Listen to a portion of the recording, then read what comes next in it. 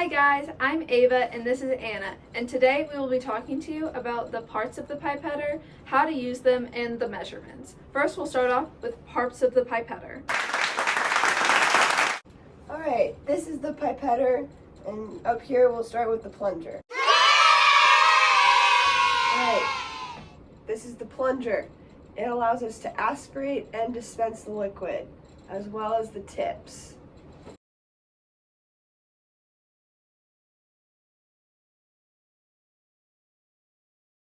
Okay, this is the grip cover. This allows you to hang the pipetter onto a rack. You can also let it rest against your hand as you hold onto the pipetter.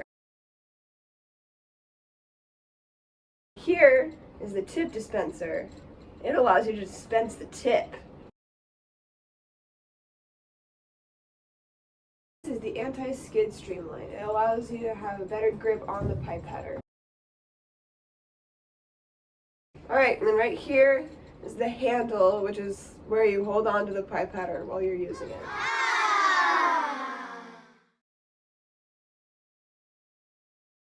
This is the display cover. This is where the measurement is displayed.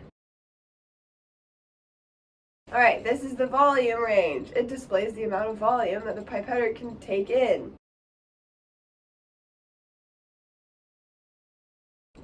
This is the tip dispenser collar. This is the part in between the handle and where the tip will connect. Alright, and lastly, this is the tip cone, which is where the tip connects to the pipetter.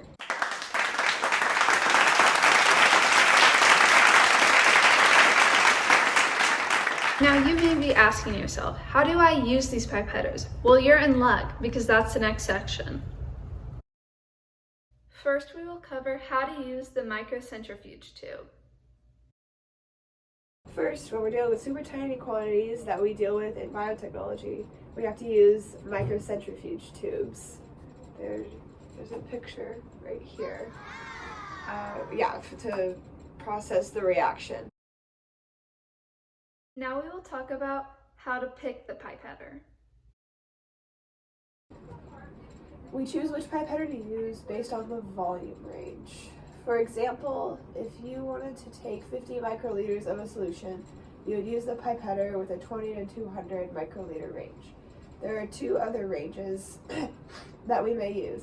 One is the 100 to 1000 microliters range, and then the other is 0.5 to 20 microliters. Now we will talk about disposing the tip. Remember to always dispose of the tip after being used into a designated jar or trash can. Now we will talk about adjusting the measurement. To adjust the measurement, slowly rotate the push button clockwise to increase the measurement and counterclockwise to decrease the measurement. Make sure to do so slowly because rotating it too fast may break the pipetter. Make sure to keep the measurement within the range of the pipetter because this could also break it. Now we will talk about how to hold. To properly hold a pipetter, grasp it by the anti-skid streamline with your pointer finger underneath the handle. Now we will talk about aspirating and dispensing the liquid. First, we will start out with pushing the plunger. In order to dispense and aspirate the liquid using the pipetter, you will need to use the plunger and push down. Now we will talk about aspirating the liquid. Now you are ready to aspirate some of your solution into the tip. This is done by pressing down carefully on the plunger, but not all the way, and placing the tip in the solution. Then slowly take your finger off the push button to limit the amount of air bubbles in the tip. Now we will talk about ejecting the tip into the jar. Before you hang your pipetter on the rack, make sure to dispense the tip into a jar or trash can by pressing the tip dispenser. Now we will talk about selecting the tip. Before we do anything with our solution, it is important that we first determine which tip to use. The tips allow us to hold the solution while we transfer it from one tube to the next. Which type of tip you use will depend on the type of pipetter and therefore the measurement you are taking. Now we will talk about putting on the tip. To put on the tip, simply insert the tip cone into the tip until it is secure, then lift the pipetter.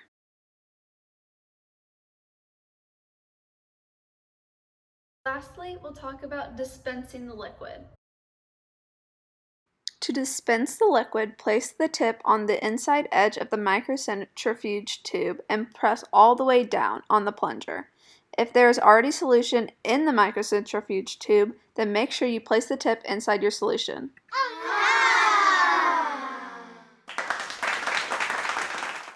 Now we will talk about the measurements. In biotech, we use microliters for our measurements. So basically there are 1,000 microliters in 1 milliliter. Lastly, we'll talk about how to keep your workstation sterile. Lastly, like all good scientists do, we must keep it sterile.